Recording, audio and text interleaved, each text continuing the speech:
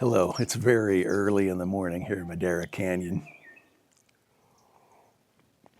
Oh, that's so good. I am southeast of Tucson, Arizona, and I'm here because it is a great place to photograph migratory birds. But I have a dilemma. I have the new OM-3 from OM System, great camera, but small, slim, looks more like a vintage film camera. And I have the 150 to 600 f5 to 6.3 IS lens, and in micro four thirds terms, this thing's a monster. Wow, that's huge.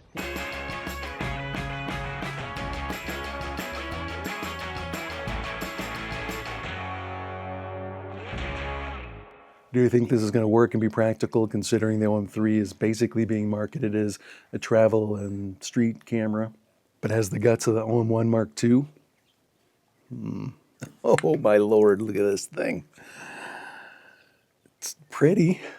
It's very unbalanced. And without that grip, oh, unless you're holding on to that lens tight, yeah, this ain't gonna work. But I think I have a solution. As of this recording, there is only one available third-party grip for the OM-3.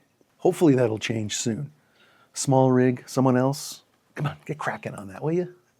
There's a custom wood grip available in different colors. I've seen it online for about $100, which is a bit steep. But I recently found it on AliExpress for $69. Good number. I don't get it.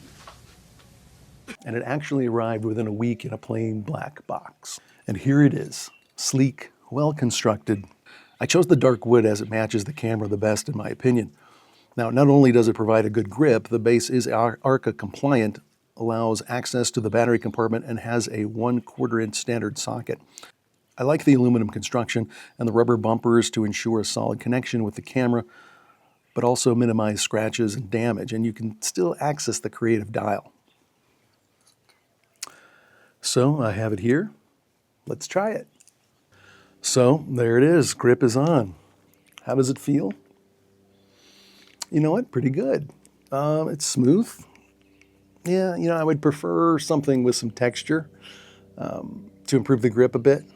But considering this is the only option, I'm not gonna be too picky. So is it still off balance? Of course it is. I mean, look at the size of this lens compared to the camera. The 150 to 600 is a great lens. It is sharp. It is capable, even though it's slower at f5 to 6.3. But you can't deny that 1200 millimeter range. That's just massive. What I do like about the grip and the OM-3 is that without the grip, you've got a quite capable travel and street camera with a vintage look. It's beautiful, it's fun to use. But when you put the grip on it, the OM-3 suddenly becomes a quite capable camera for wildlife, nature, sports, and action.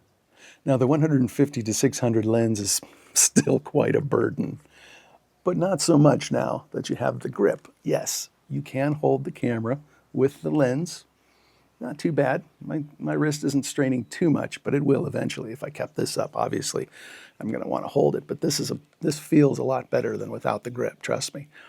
Now, I normally would use a monopod in this situation anyway. So even not having the grip isn't necessary when you have a tripod or a monopod. However, it still helps.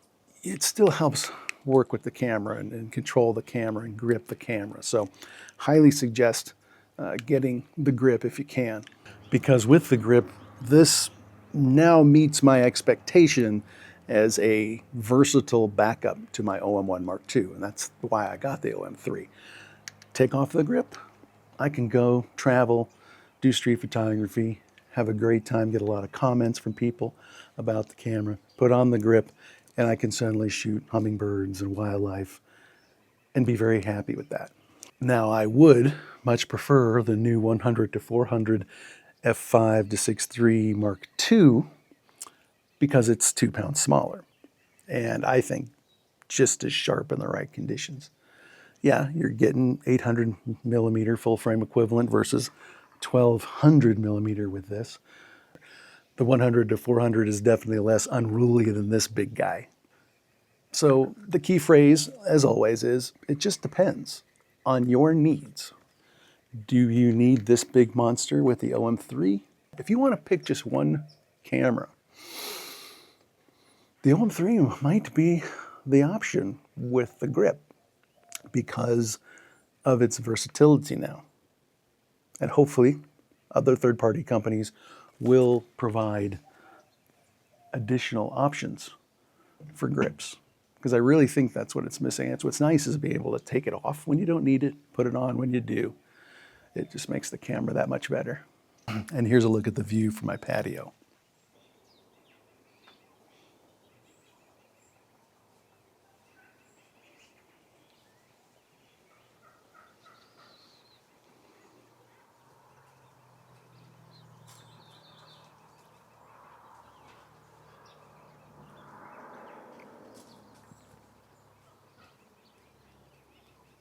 So let's see some images taken with this unlikely combination.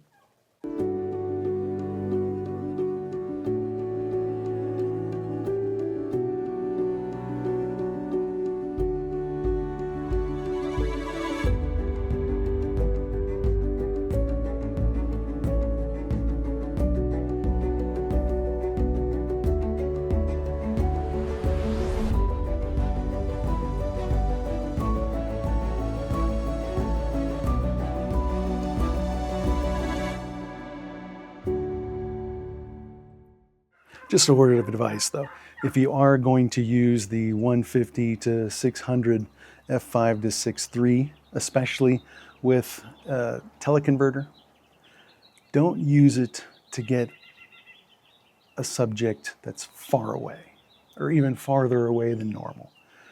Use the telephoto zoom lenses to get closer to a subject that's within reasonable distance.